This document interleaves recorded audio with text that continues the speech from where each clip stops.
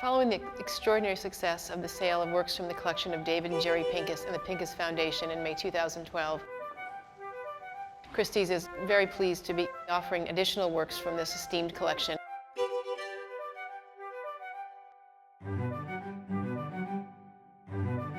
David and Jerry were great partners in collecting. It's a story that began in their honeymoon in 1961. It began in Rome when they met Henry Moore. They quickly canceled their plans and went to London, and they bought their very first work, which is a beautiful Henry Moore bronze, which remains in the collection. David had been a collector in his own right prior to marrying Jerry, but the fusion of both of their aesthetics and their enthusiasm created a whole new dynamic for the collection.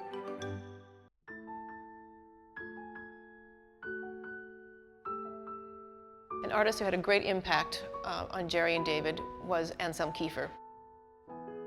Not only was it art that they responded to in an extraordinary way, but they also had a great friendship with the artist, who often came to Philadelphia to install his works in their home. One painting in particular, which is truly one of Kiefer's great masterpieces, it's a sprawling and powerful landscape called Eisensteig. It's hung in the Pincus's gallery at home. It was widely exhibited and widely presented in all of Kiefer's major shows and really left an indelible impression on anyone who stood in front of this picture because of Kiefer's ability to deal with history as well as German myth. Eisensteig, which translates to iron path, shows two parallel iron bars. Iron was a medium he used quite often. He liked its sort of cosmic origins as a meteor falling from the sky. So layered into that. Two rails sit on this dark but dense, highly impastoed landscape that is flecked with gold leaf. So you have this wonderful kind of shimmering quality, which is a celestial reference. At the same time, you have two cast iron shoes that hang from poles on these railways, which suggest passage of time or a life that's been lost. The first thing that comes to mind, of course, and this is certainly about Kiefer's symbolism, is the trains that took Jewish citizens to the death camps, which becomes a very powerful message indeed while you're looking at these material symbolism with the gold, with the iron, as well as with the impasto. The painting suggests alchemy and the possibility for change and transcendence. David and Jerry's passion for abstract expressionism is well known, and one artist who was most elusive was Franz Kline. So this was very exciting when they finally acquired a Kline in 1963 from the Sydney Janis Gallery. Kline had just passed away a year before, but Kline was their first foray into a great abstract expressionist picture of scale.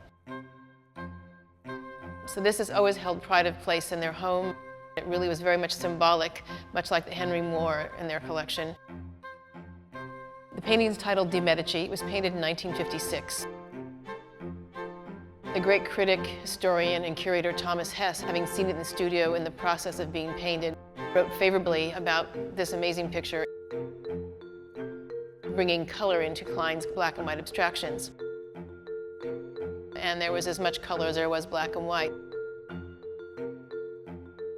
So this is really a radical departure, but very integral to what he was doing. The painting is really marked by this incredible anchor of this wonderful green, bits of yellow, and a darker green. He's mixed the green with the black, so you have this almost sort of deep emerald color. This wonderful sense of drawing and infrastructure is very evident. It's a landscape scale picture that was widely exhibited and widely regarded as a pivotal point for Kline, not only in terms of gesture, but also in terms of the idea of bringing color into it. David and Jerry's love of Bill de Kooning's work is legendary, and they knew the artist, and they were really devoted to every aspect of his art-making process. They were particularly fond of his later abstractions. David and Jerry intuitively understood this was probably some of de Kooning's great genius. What's so interesting about a painting like Entitled 1987, which is the largest scale of de Kooning's work at this time, measuring 88 by 77 inches, is it really is the culmination of de Kooning's genius. De Kooning was trained in Holland. He went to art school where everyone was trained first to be a classical draftsman, and his drawings are absolutely stunning. here, Kooning gained a confidence because he knew how to control a line. So drawing has always been the infrastructure of his paintings. A painting like Untitled 1987, you see layers and layers of paint, but you also see where it's been scraped away to a flat surface, creating almost a sort of iridescent reflective enamel. A painting like this would most often sort of begin with a very free drawing in charcoal, and if you look underneath the paintings, you see de Kooning's process.